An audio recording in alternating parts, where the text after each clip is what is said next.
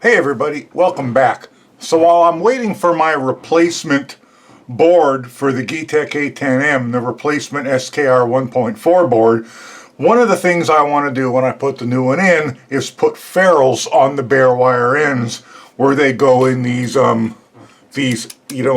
where you just stick a bare wire in and tighten the screw down. This is a dead Ender 3 board. You can see I marked it bad hot end MOSFET, and so I've just put it out there as a means to test. So I bought a ferrule crimper. It crimps those square-ended ferrules on it. They don't start out square. The crimper does that. I have never owned one of these before. I have never even used one of these before. This is the Iwiss brand. I purchased this with my own money, so this is not a sponsored video. And I bought the Iwiss brand because I have another couple of Iwiss tools. This one is for those Molex JST type connectors. It was very inexpensive and I found it to be a really good tool. So because I'm familiar with the brand name and they have made something I like, and I bought that one with my own money too, I bought their Iwiss brand, the Iwiss brand tool for the ferrule crimpers, and let's get it out and have a look at it. This kit comes with a box of the ferrules, all nicely mixed up. Oh well, we'll get over that.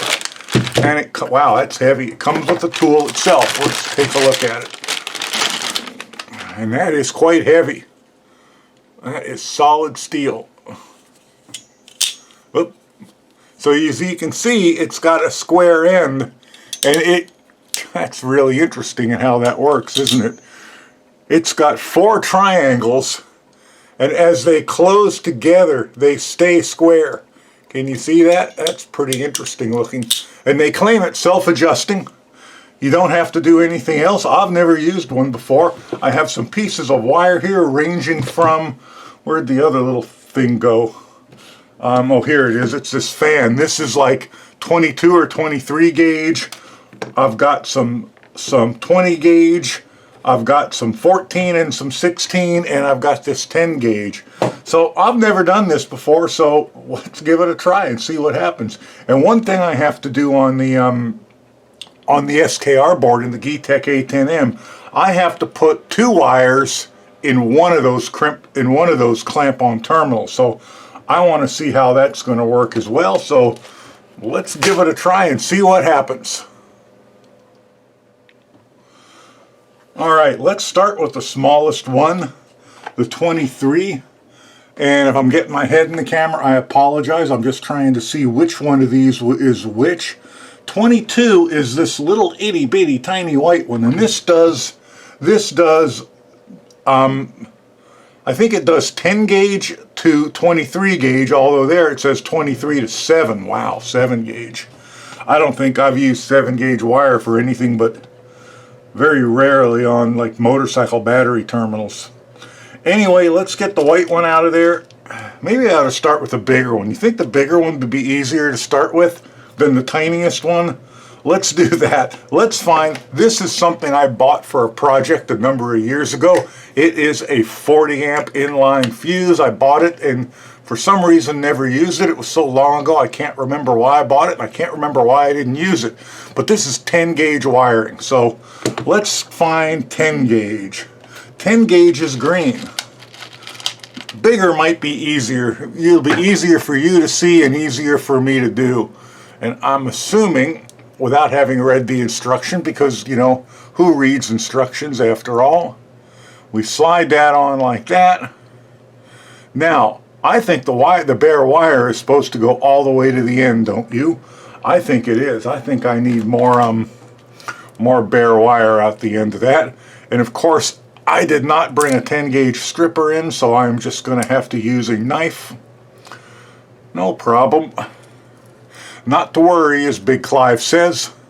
So I will just go around that like that,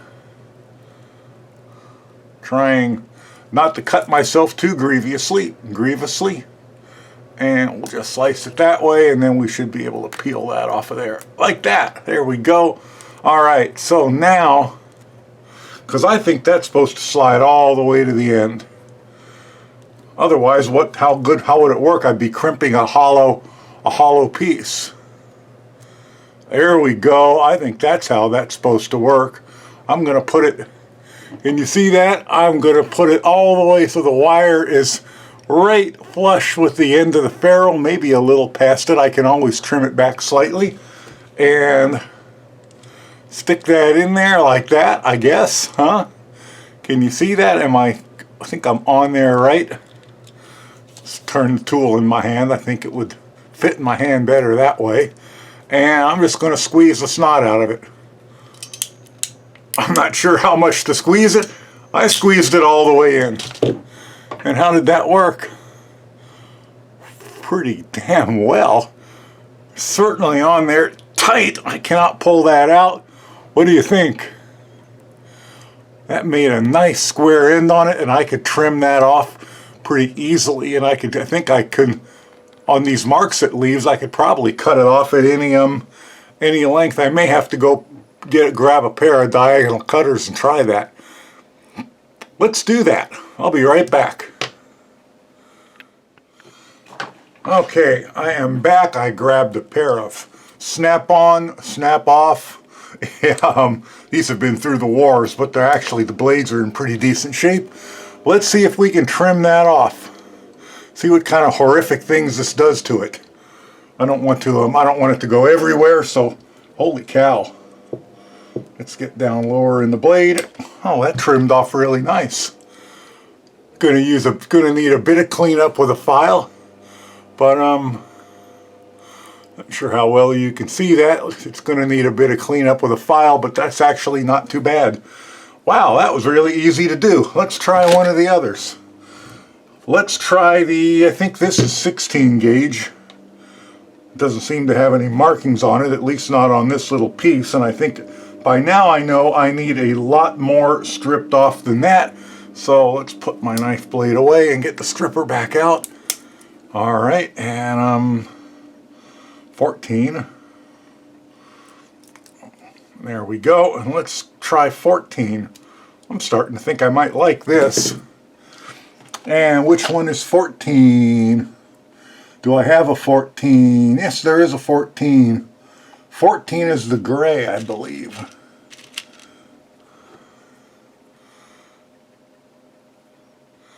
That came almost right to the end. Okay, and this is just copper, non-silicone automotive wiring, not pre-tinned or anything like that. And let's see how well it works on 14. Funny, you squeeze it part way and it catches. You have to squeeze it all the way in to let it go. There's also a button in here you can press to make it let loose. Okay, let's stick that in. I'll go all the way up to the insulator, and once again I'm going to squeeze it completely all the way in, and there we go. That is actually really nice. Let's see how it works in a board. It's going to go all the way in. You can see it. Can you see it? It's going to go all the way in one of those. It goes all the way in. Now on the Getek, on the SKR board, I think I'm going to have to trim this insulator back because I need to make a pretty sharp bend out of there. Not sure how that's going to work, but we're going to find out. Let's tighten that down. This board's already no good. Unless you like your hot end heat on all the time. Then in that case, it's perfect. Let's yeah, that ain't going anywhere. Boy, that works really, really well. Now I got a question. What I need to be able to do on the Getek A10M, you okay?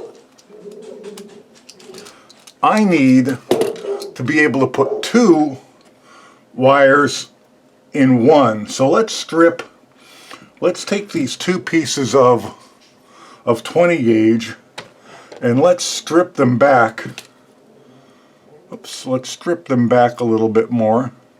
Our doorbell rang. Our yard guy is here doing some cleanup, and my wife just woke up and probably doesn't want to go to the door, but life is filled with those kind of little unpleasantries, isn't it? I didn't want to move the cars at 8 o'clock this morning either, but I did. Alright, so here is my wires. I've got them stripped back. Let's see how this is going to work. Now, I know a 14 gauge connector fits in there, so let's try one. Let's see how if I can get 2 of these into a 14 gauge connector. This is might be a little on the fiddly side, and then again they might just go right in without a fight. I think they need to be stripped back even a little bit more. Really curious about this.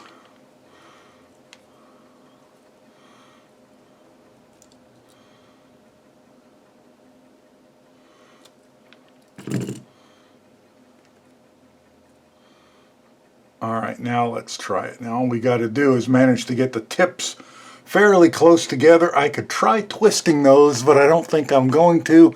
And I just want to try and get both of these. Oh my gosh, it went right in. I wonder if that's slightly too big. Can you see it out the ends?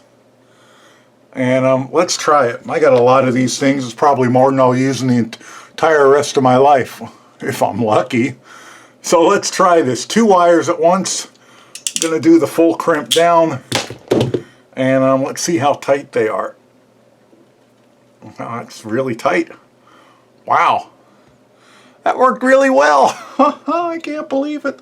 Let's trim that extra wires off. That's not the best tool to trim extra wires off. I got one of these. Let's trim this off the end. I don't want that to go everywhere. I'm going to go over and do it at my garbage can. Be right back. Okay, I have that 2 wires, 2 20 gauge wires on a 14 gauge connector, and I hope you can see it, but that worked out really, really well. They are in there super tight, and it will fit right in the board. The 14 gauge fits right in the board all the way up flush, and I can tighten that down right on that ferrule. And wow, that's really in there. Now, one thing I want to do, and I probably should have done it first, maybe I'll just do another one on the other end. I want to trim that ferrule back. Let's see if I can do that. Oh, I can. I can go in with these, and I can trim that ferrule back. Let's try that. Look at that, huh?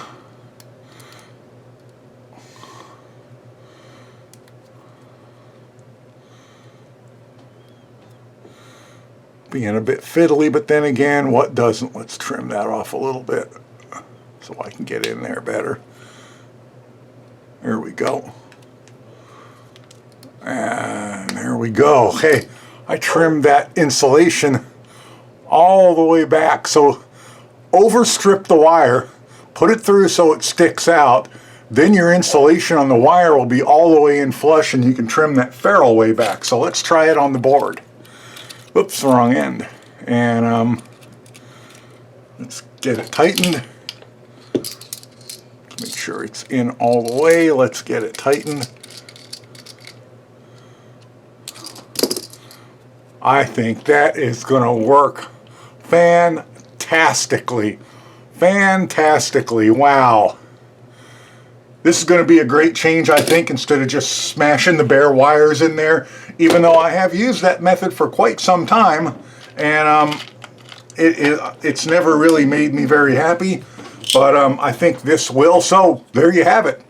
The Iwiss model HSC8 6-4 ferrule crimper, and I will put a link to an affiliate link, of course, to it below. Affiliate links, if you're unfamiliar with them, they do not cost you any extra, but they do get me a few bucks a month and help me buy stuff like this that I show you on this channel and that I use for 3D printing. Anyway, hope you guys enjoyed this. I hope you had as much fun as I did, because that was actually, you know, I gotta say, you don't often buy something and you take it out of the package and it works right off the bat. You don't got to screw with it. It doesn't seem like a piece of crap. And every time that happens for me, it makes me happy. So, it's Monday. Hopefully my board will arrive today or tomorrow, and I can get back to hacking and thrashing on the Geeetech A10M. Talk to you guys later. Hope you have a great week. Bye-bye.